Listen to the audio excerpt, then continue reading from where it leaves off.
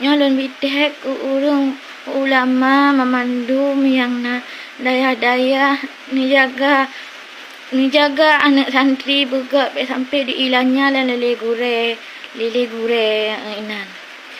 Nyoka kejadian lamba anak long inan hidayah. Tanggai kurang poh belah malam. Kena poh lagi ipoh binatang dia anak long le gure.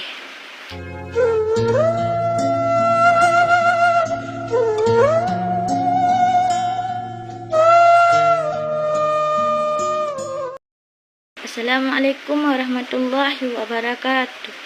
Nyolon bitek urung ulama memandum yang daya-daya ni jaga anak santri bergak sampai diilangnya lele gure inan. Nyoka kejadian lamba anak long inan hidayah. Tanggai kurang poh belah malam. Kena poh lagi ipoh binatang dia anak long le gure. Long hormati gure mandum yang di Aceh, ulama di Aceh menegakkan keadilan balik kejadian. Habis malah urung dro nama manduminan. Yang pebut yang hana iman tapi yang kena urung dro nama mandum. Anak long guk berat jipo.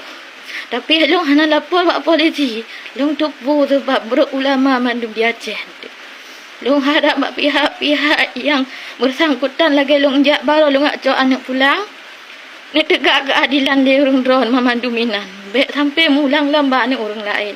Kasih anak long matang dipoh nak bantu. Baik le mulang ke anak lain yang ni dayah ina.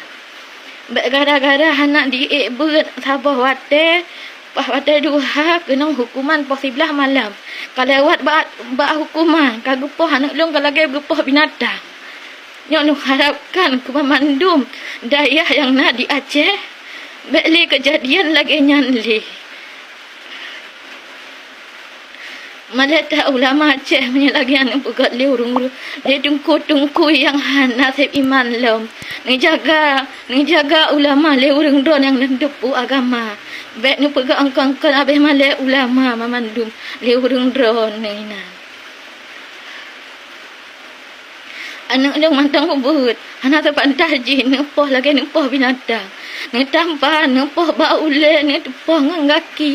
Anak pantah. Anak long terima. Membawa kamu. Ini anak long poh lagi nyala. Long harap bak urang dayah memandum. Tindak lanjuti begot. Bak sampai kejadian ni kamu ulang bak anak long. Bak le kamu ulang bak uliket. Bak anak gop le yang di dayah ina. Anak long pegat pat di dayahnya, anak long pegat tepat. Cuma yang pihak keluarga besar long kecewa ke dengku dayah long kecewa. Kan kepimpinan dayah awak kamu kecewa. Yang awak kamu kecewa ke gure yang semua buat yang hana akai bak ke semua poh.